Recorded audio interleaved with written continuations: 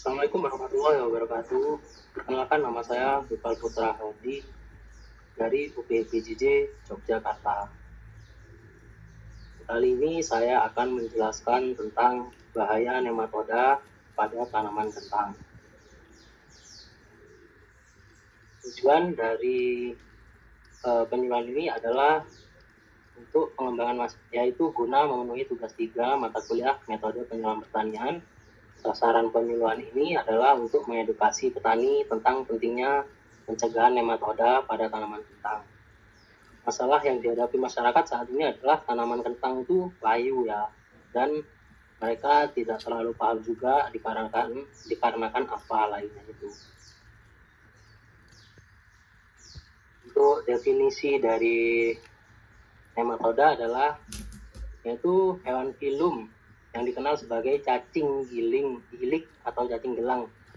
Mereka memiliki tubuh berbentuk silindris, memanjang, tidak bersegmen, dan meruncing di kedua ujungnya. Jadi nematoda itu adalah cacing yang berukuran mikroskopis. Nah, dia itu cacing tapi sangat kecil bentuknya, dan dia itu parasit ya, dia merugikan bagi petani, bagi ini tanaman juga itu. Terus apa nematoda yang menyerang tanaman kentang?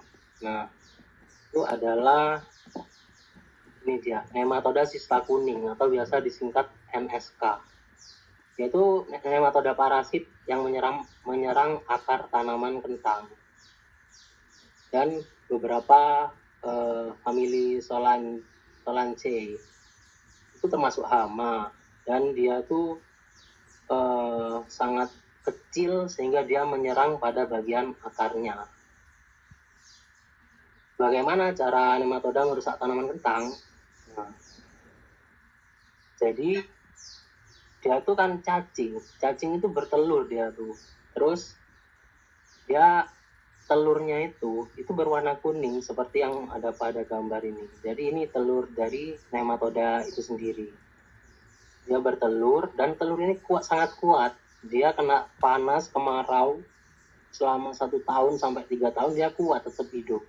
Cuma kalau terkena hujan, nah dia netes telur ini. Dia bakal netes dan jadi ratusan ekor per telur ini. Dan ketika netes, dia menyerang tanaman, dia menyerang ke akar-akar, masuk ke akar dan menghambat masuknya nutrisi pada tanaman. Nanti akarnya akan mengeras karena ada nematoda ini, ada makhluk asing dari luar. Dia akan mengeras dan menutup jaringan-jaringan yang ada di akar itu. Jadi sehingga tanaman tidak dapat menyerap unsur hara dari akar. Nah, terus untuk gejalanya, biasanya tanaman kentang itu langsung layu. Setelah layu, menguning dan akhirnya mati. Terus di akar itu biasanya ada ada bengkak-bengkaknya itu akarnya. Nah, itu tanda kalau tanaman terkena nematoda sista kuning ini. Oke, lanjut. Nah, bagaimana cara mengatasinya?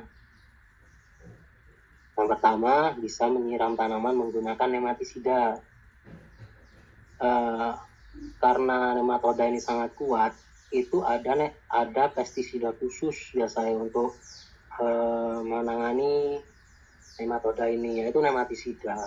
Kalau dari segi produk namanya ada Velum, ada Nemagard, itu bisa untuk mengatasi nematoda sista kuning ini dengan cara dikocor biasanya, disiramkan ke tanaman yang sakit.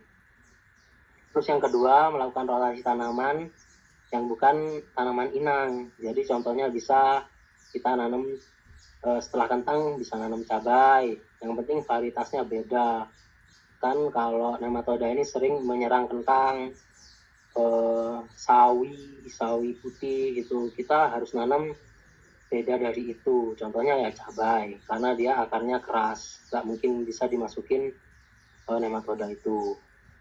Terus kita bisa menggunakan benih bebas nematoda. Ada beberapa varietas kentang yang kuat terhadap nematoda ini. Dan yang terakhir menjaga sanitasi lahan untuk mencegah penyebaran sista kuning ini.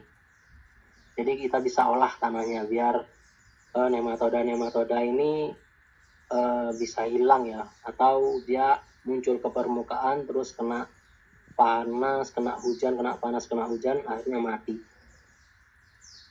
Jadi untuk kesimpulannya, nematoda sista kuning merupakan penyakit yang berbahaya ketika menyerang tanaman kentang.